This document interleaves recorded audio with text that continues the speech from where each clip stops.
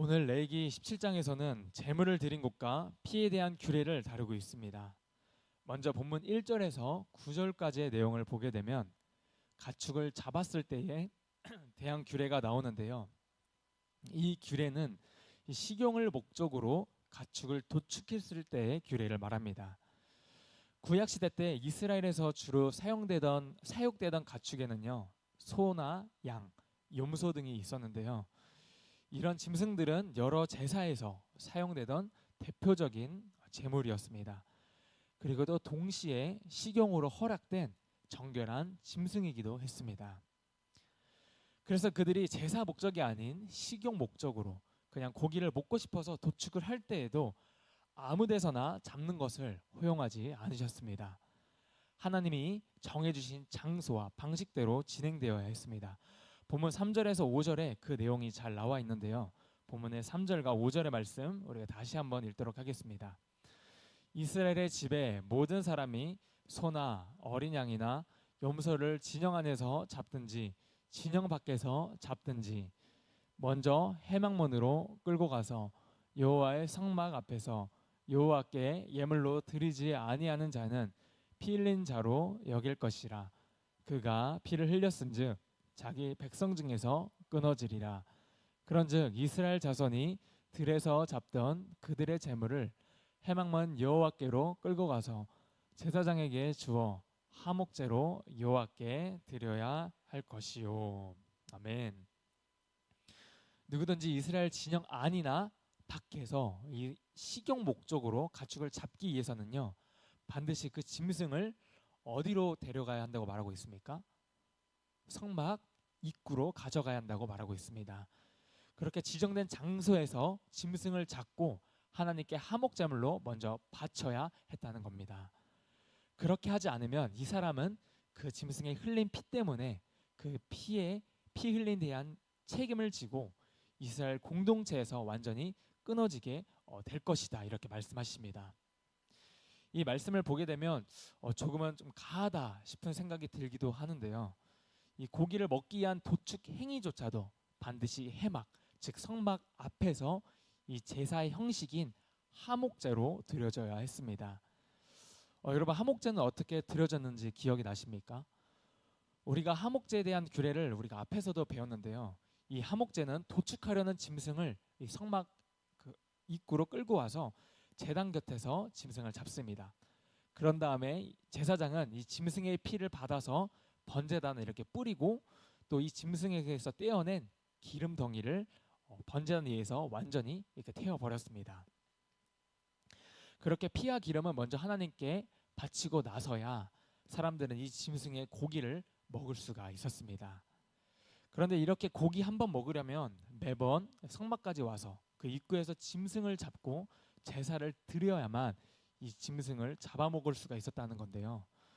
왜 이렇게까지 해야만 했을까요?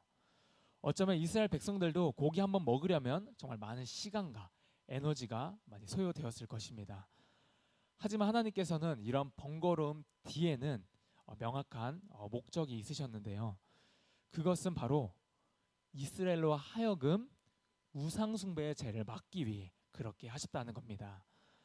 하나님께서는 이때 당시 이스라엘 백성들이 아무 데서나 이 짐승을 잡게 되면요, 나중에 이 사람들이 장차 가나안 땅에 들어가게 되었을 때 그 땅에 있는 우상들에게 재물을 바치게 될까봐, 그 유혹에 빠지게 될까봐 이런 규례를 미리 정하신 겁니다. 왜냐하면 하나님께서는 이스라엘 백성들을 거룩한 백성으로 삼으셨습니다. 그래서 다른 이방 민족들과 철저히 구분되기를 원하셨어요. 그때 당시 가나안 이 사람들은요, 그냥 아무 데서나 짐승을 잡고 곳곳에 이 산당을 세워서 우상 숭배를 행하고 있었기 때문에 그런 우상 숭배의 위협으로부터 하나님께서는 사전에 차단하신 것입니다. 그래서 이렇게 제사를 지낼 때는 물론이거니와 이 식용을 위해서 짐승을 잡을 때조차도 하나님께서는 그들을 보호하기 위한 목적으로 이 규례를 세우신 것입니다. 그리고 7절에 보게 되면 갑자기 염소 우상이 언급이 되는데요. 이 염소 우상은 무엇이냐면 이스라엘 백성들이 지금은 강야 생활을 하고 있지만 불과 얼마 전까지만 해도 그들은 이집트에서 노예 생활을 하고 있었습니다. 근데 그때 당시에 이집트인들은 여러 짐승들의 이 조각상을 만들어서 각각의 도시나 또 어떤 부족의 수호신으로 그것을 숭배하고 섬겼습니다. 그 중에 대표적인 게 아피스라고 불리는 항소 우상, 또 판이라고 불리는 수렴소 우상, 그리고 아문이라고 불리는 수량 우상이 있었다고 합니다. 그래서 이스라엘 백성들은 이렇게 짐승의 조각상을 숭배하는 애굽 문화에 오랜 기간 동안 몸을 담고 살았습니다. 그런 영향권 아래 살았던 이스라엘 백성을 위해 하나님께서는 더욱더 이런 부분에 신경을 쓰신 것입니다. 왜냐, 하나님이 제일 싫어하시는 것이 바로 우상 숭배이기 때문에 그렇습니다. 여러분들도 잘 아시다시피 그 십계명의 제 첫 번째 1계명이 무엇입니까? 너는 나 외에 다른 신들을 내게 두지 말라입니다. 이스라엘 백성들이 지금은 광야에서 이 하나님의 인도하심에 따라 움직이고 있지만 훗날 그들이 가나안 땅에 들어가게 되었을 때 그것은 죄 가운데 빠지게 될 위험이 굉장히 높았습니다.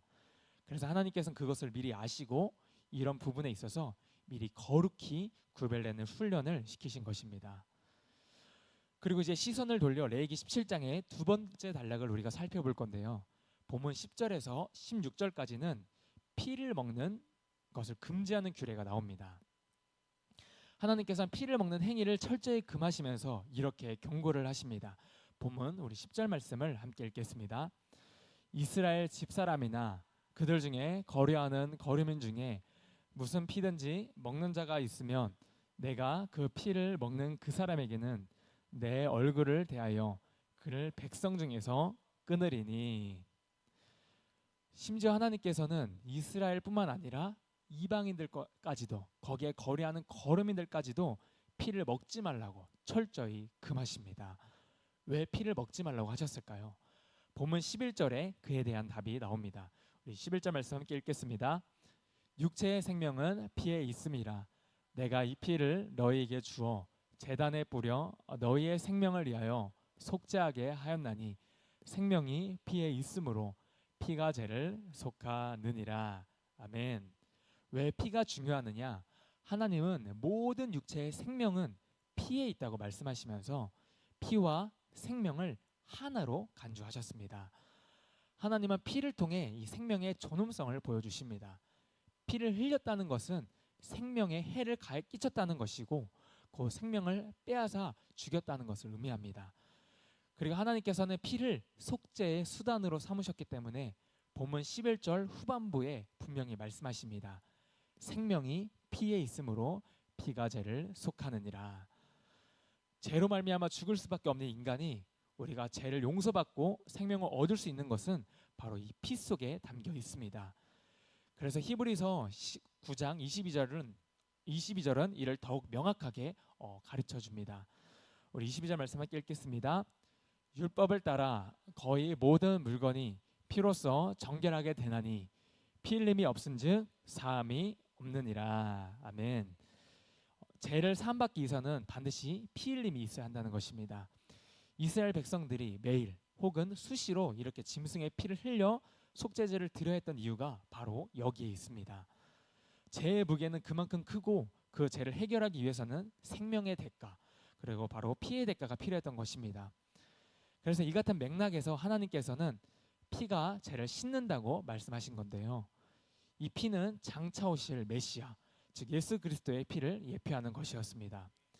예수 그리스도께서 이 땅에 오셔서 십자가에 못 박히시고 피를 흘리심으로 이 모든 제사의 제도는 완성이 되었습니다. 그렇게 예수님의 피만이 우리의 모든 죄를 단번에 해결하시고 영원히 속죄할 수 있는 유일의 능력이 되었습니다. 그래서 히브리서 10장 19절에서 20절 말씀은 이렇게 이야기합니다. 우리 19절 20절 말씀 함께 읽겠습니다. 그러므로 형제들아 우리가 예수의 피를 힘입어 성소에 들어갈 담력을 얻었나니 그 길은 우리를 위하여 휘장 가운데로 열어놓으신 새로운 산 길이요 휘장은 곧 그의 육체니라. 아멘. 구약시대에는 대제사장만이 대속죄일의 피를 가지고 이 지성소에 들어갈 수 있었습니다. 그러나 예수님께서 이 십자가에 몸이 찢기시고 피를 흘리심으로 그 성소의 휘장이 찢어진 것처럼 이제는 우리도 담대히 하나님 아버지 앞에 나아갈 수 있게 되었습니다. 그래서 베드로전서 1장 2절에서는 우리가 어떤 존재들인지를 분명히 말해주는데요. 베드로전서 1장 2절 말씀 함께 보겠습니다. 곧 하나님 아버지의 미리 아심을 따라 성령이 거룩하게 하심으로 순종함과 예수 그리스도의 피 뿌림을 얻기 하여 택하심을 받은 자들에게 편지하노니 은혜와 평강이 너희에게 더욱 많을지어다. 아멘. 우리가 어떤 자들입니까? 바로 예수 그리스도의 피 뿌림을 얻기 하여 택하심을 받은 자들입니다. 사랑하는 성도 여러분, 오늘도 그 예수 그리스도의 보혈의 피가 우리의 죄를 사하시고 우리를 의롭게 하시는 능력이 있습니다. 그의 피의 능력을 의지하여 담대히 하나님께 나아가며 주님이 주신 그 생명 안에서 오늘도 뜨겁게 기도하며 또 주님 안에서 승리하는 성도님들의 삶이 되기를 간절히 소망합니다. 기도하겠습니다.